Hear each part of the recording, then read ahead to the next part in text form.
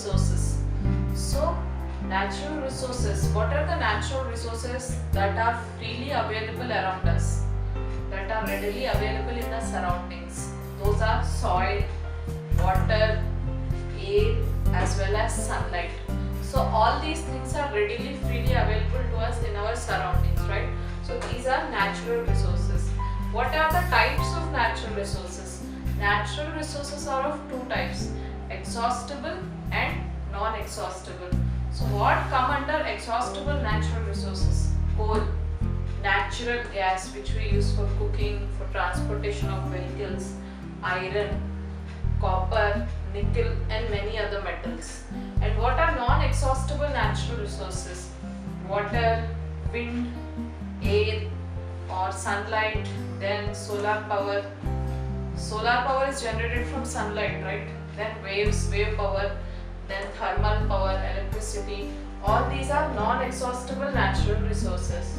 So in this chapter you will be studying about consequences, exploitation and need for management of these natural resources and sustainable development and its significance, management of forests and wildlife, management of water and management of fossil fuels.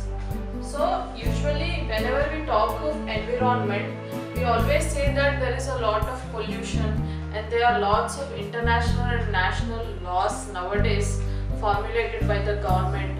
There are many organizations which work for the cleaning up of the environment. So a great concern in India is pollution of the Ganga river. So what happened actually?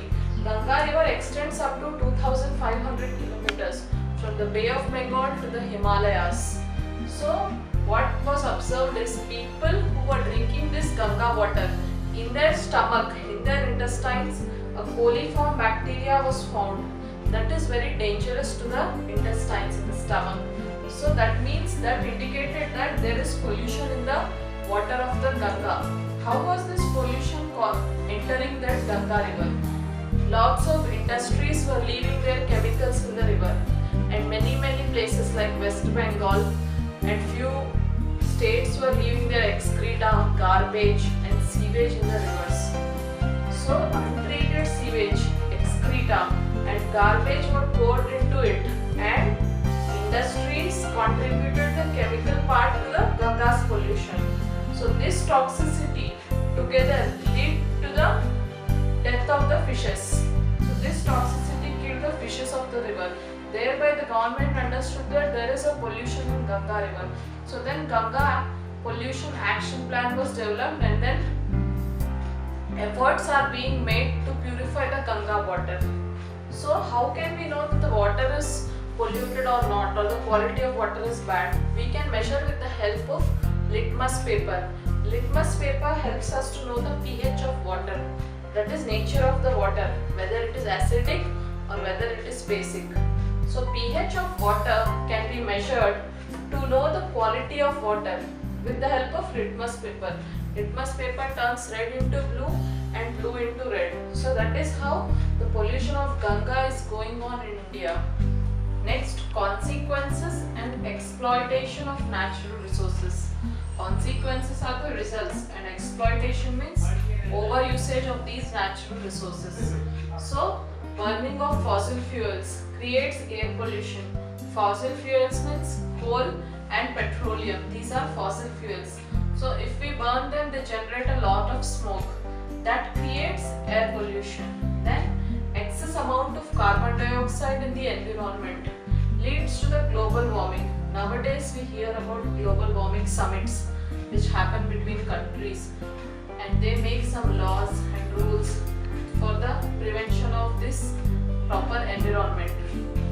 Some polluting gases like oxides of nitrogen and sulfur lead to the acid rain. So this oxygen sulfide, nitrogen sulfide, all these lead to the acid rain. That means the rain which comes from the clouds will be accompanied by chemicals, so which is very harmful for living beings and buildings and monuments also.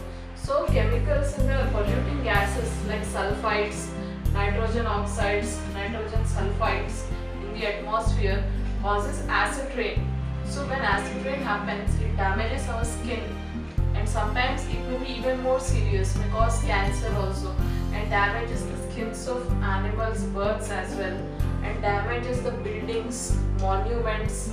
Okay, so that is how, due to the burning of gases, the presence of polluting gases in the atmosphere cause damage to the natural resource.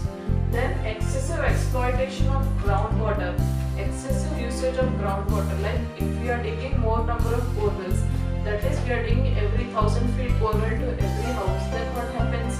The water which is present in the ground will be completely exhausted, so there will be no more water coming in the borewells, thereby it will lead to water shortage. So excessive exploitation of groundwater leads to the drastic fall in the water table. There is water table below the ground, the place from where we get water below the ground. Water table you have read in earlier classes, 6th, 7th and all that, where what is water table? If you dig a earth, after reaching to few feet you will get water. That area is called water table. You will say that water is present at that level. So that is water table. So excessively if we dig bore wells, the water table will be reduced. There will be no water left in the ground. So this is the reason many places are experiencing acute shortage of drinking water. So nowadays, because apartments are being constructed everywhere, buildings are being constructed, commercial purpose, all these things require water. Then what people are doing? They are taking borewells everywhere. They are going lot of depth, 1500 square feet, 1500 feet, like that. So due to continuously construction of borewells, the amount of groundwater is decreasing.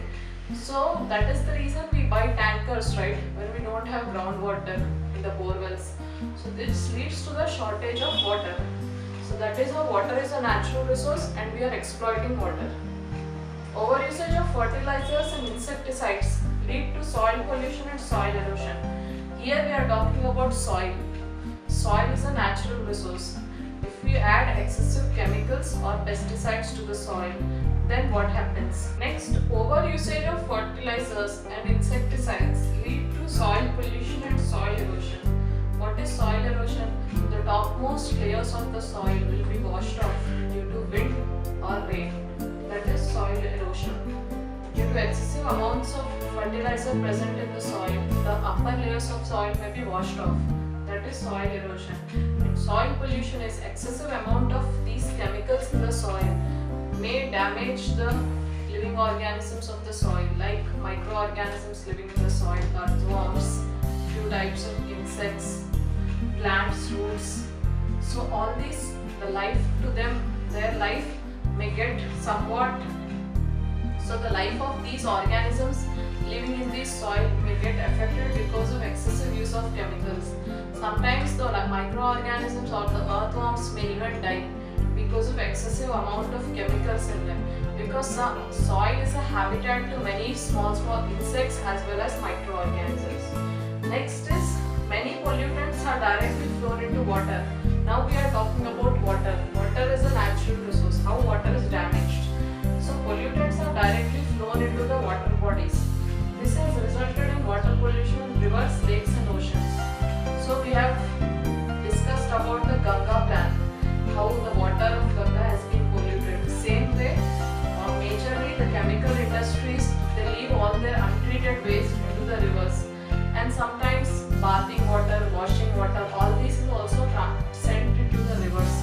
And sometimes even people who live around the villages, they go and bath near the river, wash their utensils, wash their clothes, everything they do in the river water.